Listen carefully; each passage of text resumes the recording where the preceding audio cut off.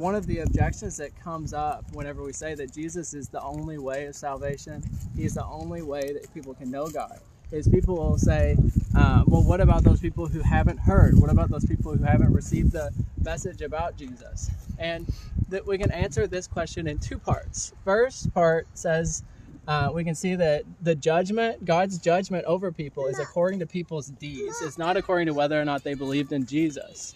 In Revelation, we're told that people are judged by God for all the things that they have done, whether good or bad.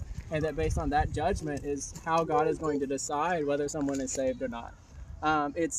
Jesus' coming is completely an act of God's grace. But God is completely just actually in judging every person. In Romans 1, we see that every single person has an inherent knowledge of who God is and what they should do.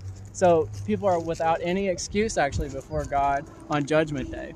Secondly, we see in Jeremiah, the book of Jeremiah, that God tells Jeremiah that if you seek him with your whole heart, then you will find him. So we see the promise that God will actually make himself known to anybody who seeks after him. And we see this factually happen through like Muslims who are told the gospel in a dream by God. So God will reach people when they really seek after him. And he is just actually in his judgment of every person.